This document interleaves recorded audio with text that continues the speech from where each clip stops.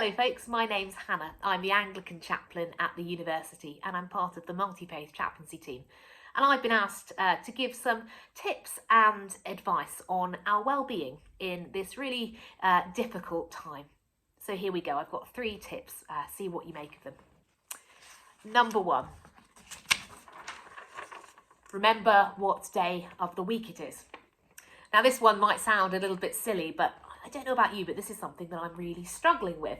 It feels to me, and it might feel to you too, depending on your family and cultural background, it feels to me like that period of time between Christmas and New Year, when all the days seem to blur into one and we can't quite remember what day of the week it is.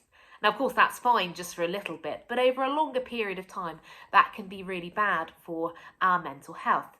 So what can we do about that? Well, the first thing, I think, is to make sure to go to bed at a consistent time and then set an alarm to wake up in the morning and to get up and to get dressed and have breakfast and do all of the things that we would normally do in a normal routine to really differentiate one day from another. And it's sometimes quite handy to kind of remind ourselves first thing what day it is. So even if it's just saying to ourselves, it's Tuesday today, or perhaps if it's writing down the day on a whiteboard or a notice board, that can really help us to kind of know where we are and not be disorientated.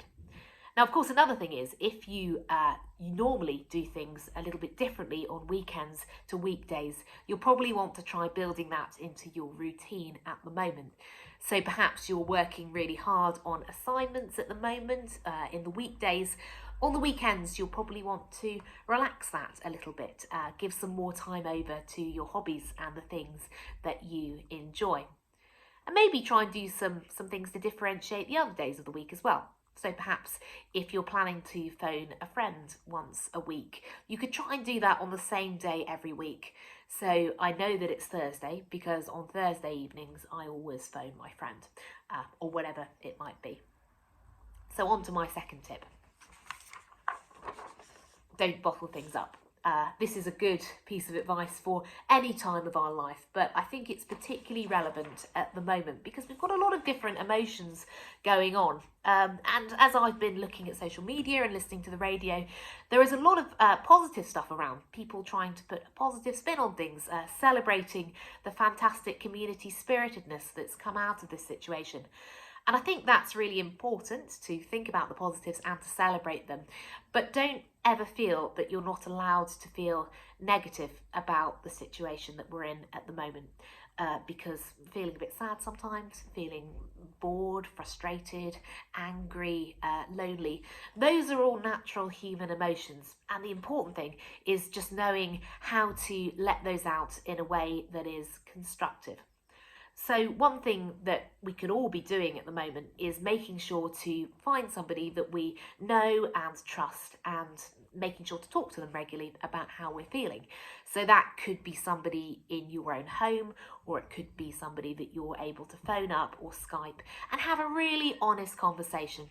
What you want to do is find somebody who will listen and somebody who will give you permission to feel however you're feeling. So have a think about who that might be. The other thing that you could do, I know some people find really helpful, is to have some boundaried time each day to give over to letting out how you're feeling.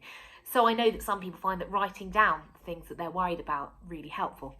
Other people use music and painting, drawing, creative writing, those kind of creative, expressive things to just kind of let out those emotions and how they're feeling. Now, of course, this is all relevant for those ordinary feelings of sadness and worry that we all get from time to time.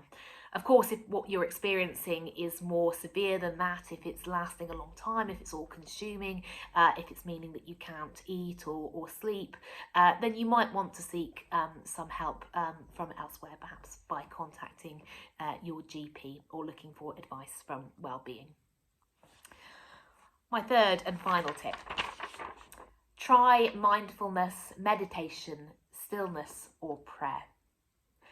Now, depending on who you are and on your beliefs, you might be more or less attracted to these words. But you don't have to be religious to try and find periods of stillness during your day and give them over to kind of reflection and spirituality. So there's lots of resources online for this. Maybe have a look around and see whether there are any techniques that suit you. As a Christian, I'm somebody who uses morning and evening prayer, but you don't have to.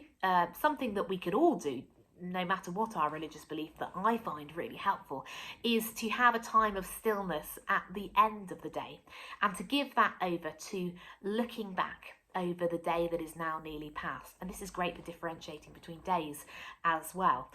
So finding a quiet space where we won't be disturbed, getting into that place of stillness and relaxation, perhaps focusing on our breathing, focusing on the sounds around us. And then very carefully looking back over our day, letting the events come to us. And we might be surprised about the things that we remember about our day.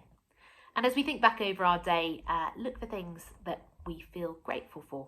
Now, like me, you're unlikely to be going out at the moment. So they might be things that might at first glance seem really small, but we can still be grateful for them. Perhaps a nice meal that we ate, or some time sitting looking out of the window at the sunshine and at passers-by, or perhaps a really nice phone call with a friend, or anything like that. So we can think about those things that we feel grateful for. And we can also acknowledge those things that have felt difficult during the day, not worrying about them or overanalyzing them, but just acknowledging them. And when we've done that slowly and ponderously, we can look forward to the next day, not making to-do lists or worrying about it, but just acknowledging that this day is now nearly done and a new day is coming. So that's a technique for stillness and meditation that you might like to try, or perhaps find another one that suits you. So those are my 3 top tips. Have a think about them. Remember that the multi-faith chaplaincy team are still around. We're contactable by phone, Skype and email. Have a look at the chaplaincy pages on the university website. And if you would like somebody to chat to, do get in touch with one of us. See you soon. Bye.